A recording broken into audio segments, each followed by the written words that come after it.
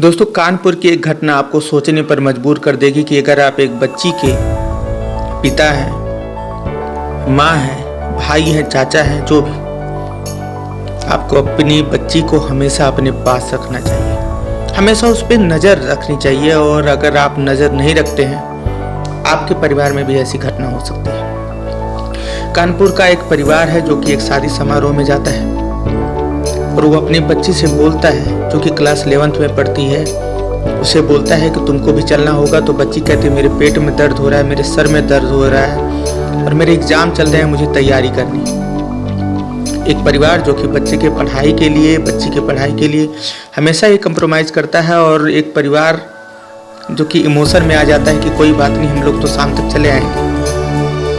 लेकिन होता उसके साथ ऐसा है कि सोचकर भी रोंगटे खड़े हो जाते हैं। और जब इस घटना की बात इंटरनेट पर फैलती है तो पूरा इंटरनेट हिल कर रख जाता है दोस्त। और जिस तरीके से ये घटना एक बच्ची के साथ होती है, कोई भी परेशान हो सकता है, तबाह हो सकता है। होता यह है कि वो लोग शादी समारोह में जाते हैं और लड़की अकेले रहती है। लड़की अपने बॉयफ्रेंड के पास फ़ोन करती है और कहती है मेरे मम्मी पापा भैया भाभी चाचा चाची सब लोग एक शादी में गए हैं, अगर तुम आना चाहो तो आज मैं घर पे अकेली हूँ। 20 किलोमीटर दूर से उसका आशिक उसके घर पर आता है और घर पे आने से पहले वो अपने एक दोस्त से मिलता है। कहता है कि वो लड़की मुझे बुला रही है और मैं आज तक किसी लड़की से मिला नहीं। उसका दोस्त कहता है कि कुछ प्रोटेक्शन लेके जाना ताकि कोई गड़बड़ी ना हो पाए। फिर वो अपने घर पर जाता है, यूट्यूब पर सर्च करता है कि एक लड़की से मिलने के पहले क्या क्या सावधानियां बरतनी चाहिए। उस पर एक ऐड आता है, ऐड को वो देखता है और उसमें ताकत की गोलियों का जिक्र होता है, जो कि किसी भी स्त्री के साथ शारीरिक संबंध बनाने से पहले अपनी ताकत की आजमाइश किस तरीके से की जाती है, किस तरीके से अट्रैक्ट किया जाता है, किस तरीके से किया जाता है। वो दवाइयों के बारे में तो देखता है, लेकिन कितना डोज लेना चाहिए उसको पता नहीं चलता। वो लड़की के घर पे आता है, लड़की के साथ शारीरिक संबंध बनाता है और वो शारीरिक संबंध लगभग 7 से 8 घंटे चलते हैं। इस बीच ना कोई घर का, ना कोई परिवार का, ना कोई आसपास का, 20 किलोमीटर दूर आकर लड़की के घर पे लड़की के साथ शारीरिक संबंध बनाता है। और शारीरिक संबंध इतना ज़्यादा होता है कि लड़की को कई घंटे तक उसका कपड़ा नहीं पहने देना चाहिए। लड़की को जब ठंड लगती है तो वो गैस जलाकर उसको सिकाता है, तपाता है, लेकिन कपड़े नहीं पहनने देता। लड़की की शारीरिक समस्या बढ़ने लगती है। अब इस अवस्था में वो किसी से ये भी नहीं कह सकता था कि हाँ लड़की की ऐसी स्थिति है और उसका कारण मैं हूँ। लड़की के साथ जो कुछ भी होता है उसको वैसे ही छोड़कर लड़का भाग जाता है और 20 किलोमीटर दूर अपने घर पर चला जाता है। लेकिन फिर जब ये घटना का खुलासा होता है, लड़की के परिवार वाले शादी समारोह के बाद घर पर आते हैं तो लड़की का शरीर बेड पर उसी नग्न अवस्था में पड़ा रहता है और उसके शरीर पर एक भी कपड़ा नहीं होता।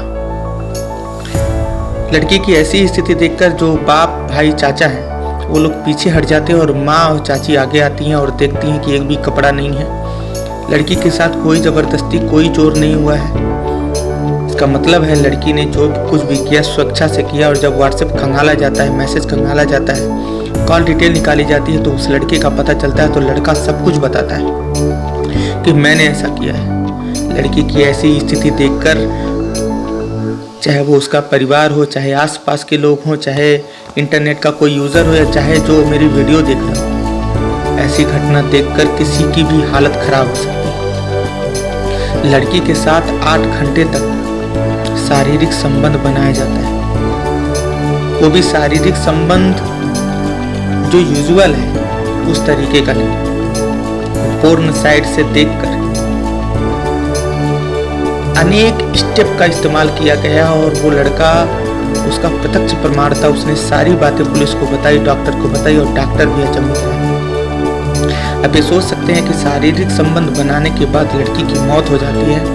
और सबसे ज़्यादा आश्चर्य की बात यह है कि लड़की नाबालिग क्लास 11th में पढ़ती है। अब इसके बाद जब पुलिस को ये डिटेल पता चलती है, पुलिस इसकी पूरी जांच करती है और जब उसको पता चलता है कि लड़की ने खुद ही फ़ोन करके मैसेज करके अपने बॉयफ्रेंड को यहाँ पर बुलाया था। यहाँ तक तो मामला ठीक है। लड़की का जो लड़के का वकील है वो तो कहता है कि जब लड़की ने खुद बुलाया था लड़का दोषी नहीं है, लेकिन यहाँ पर बात ये नहीं, लड़की ने बुलाया था तो ये नहीं कहा था कि यहाँ शारीरिक संबंध या कोई ऐसी स्थिति करके मेरी जान लेने का कोई इरादा बनाया जाए। वैसे इस घटना से आप क्या सोचते हैं? क्या ये सही है? लड़कियों को अकेला घर पे छोड़ना सही है?